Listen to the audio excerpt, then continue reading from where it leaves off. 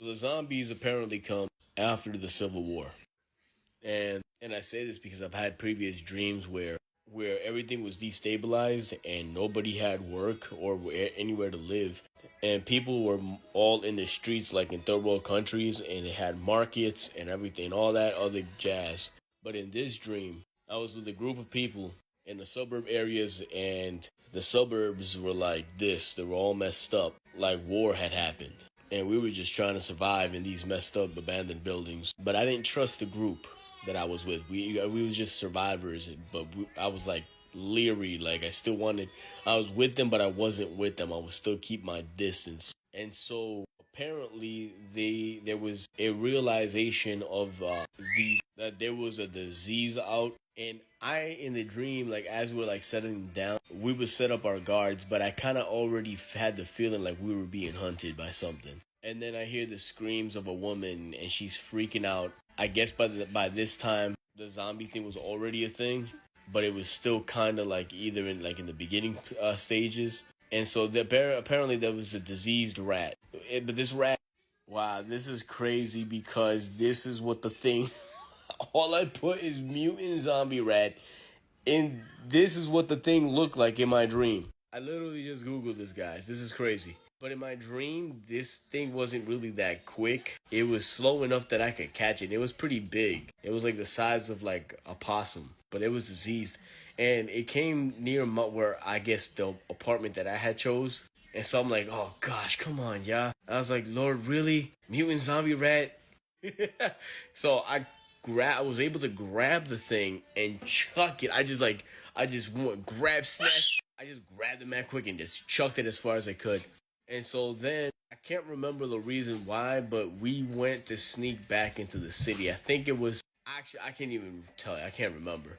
But the crazy thing is that the city was not as harmed. It looked like it was. It didn't look futuristic, but it was like it was. It was like a safe zone. This city, I had the feeling like it was New York City, and it had somehow been converted into a smart city to where on the street I could actually go to a booth or something and like press a button and a hologram map of the city and how to get wherever I wanted to get to for whatever purpose. And the hologram like would just pop up like this. And the hologram was like three-dimensional. But again, the city didn't exactly look futuristic. It looked like how the cities do now, but just with this high-tech technology installed throughout. So given the fact that of all these other dreams that I've had and the understanding that I just received, and you can find the class that I did about Revelations, the order of prophecy, focusing on the book of Revelation alone, the zombie outbreak comes after the Civil War and the famine, but right before the mark of the beast. Whoa, which now that I think about it, that has to be the pale horseman because it said that people will be destroyed by beasts.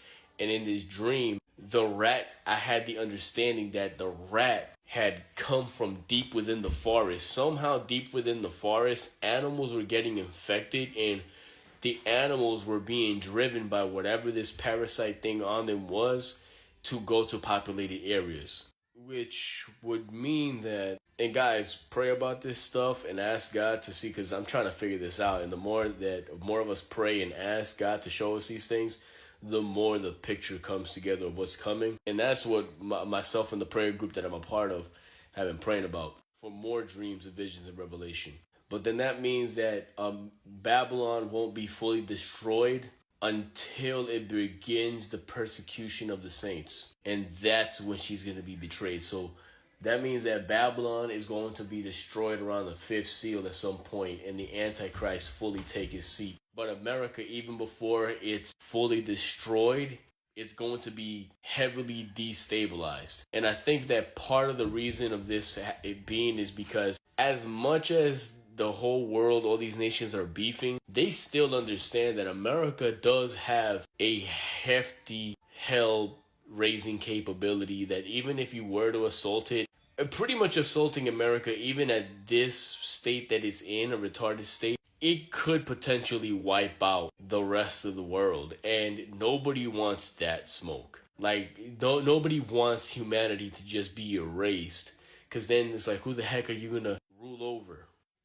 These people are power hungry. They're not They're not stupid. They might be crazy, but they're not stupid. And so it seems like they're going to try to destabilize it and weaken it and see if they can take over America from the inside. But once they see that they can't really do that, and there really is no way to transform America into what they want it to be, they're just gonna say, you know what, screw it. A win is a win. We didn't get what we wanted, but now we can safely destroy her, destroy that country without being at risk of us getting blown to smithereens as well, and so nuke it. So imagine independence revolution, American Revolution 2.0, modern warfare, at this point.